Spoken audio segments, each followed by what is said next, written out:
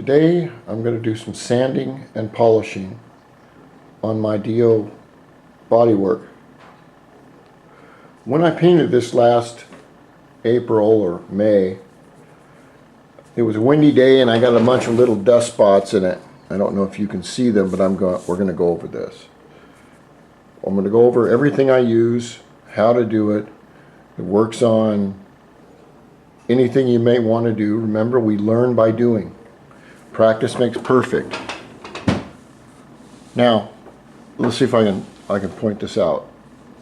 You can see the reflection of, say, like my hand or the back of the house, the back of my house here, in the finish, and that's what we want to do. What we're going to do is polish the clear coat. There's about 3 millimeters of clear coat, and I'm going to polish it smooth. I've also got some imperfections, like, I don't know if you can see that, little dust hairs from where it was windy, and my metallic job was not really that good when I went to spray it, and I'm not real happy with that, but what the heck, it's not perfect. The next thing I noticed is that right here I have a run, and let's see if we can get a better look on that.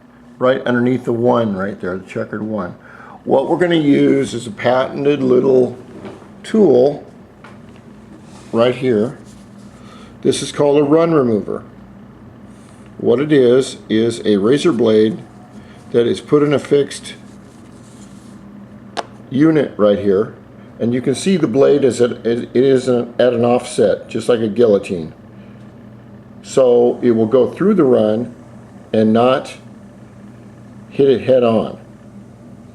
The problem with sanding out runs is that when you have material right here, if you sand out a lot of the run, you also sand the area around it, and you're trying to get this high spot low when you're going to get your normal spots real low.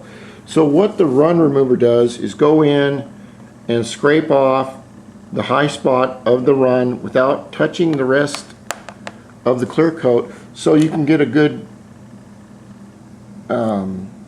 sanding on it.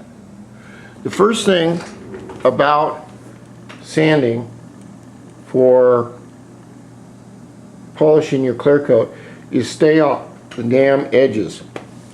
When I say edges, people think, oh, he must be talking about this right here. Yes, but I'm also talking about this here. I'm also talking about these. I'm talking about the decals right here. The decals are matter, okay? They stick up higher than the clear coat.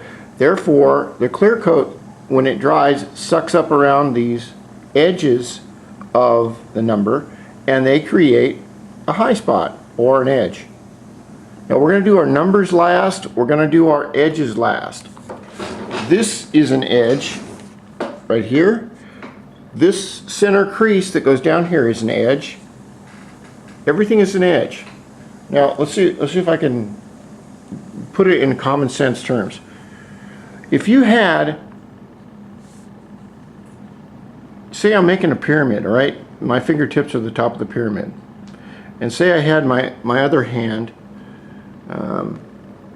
right here, and I was spraying down on the top of my fingertips with the spray gun. Now imagine the clear will hit the point up here and run down the edge towards the bottom of my hand. Gravity does that. Well, what it does is it creates a thin spot on the edges. It always does. So if you looked at this in a microscope, it's thin up here on the edge, it's thin here, it's thin here. Our main goal is not to burn through. If you burn through or sand through the clear coat, it doesn't come back. And our goal is to get the clear coat mirror finish. Now one thing people think is, well, I've got to sand every bit of the item or else it's not going to be right. No, that's not correct. Imagine a piece of mirror like this one up here that's reflecting in the sunlight. you're not going to notice the little imperfections here or down here. The panel is going to reflect so much light that you won't see it. So that's why we want to get all the flat spots good enough, and then we'll fine tune it. What we're going to use, we'll go over sandpaper next.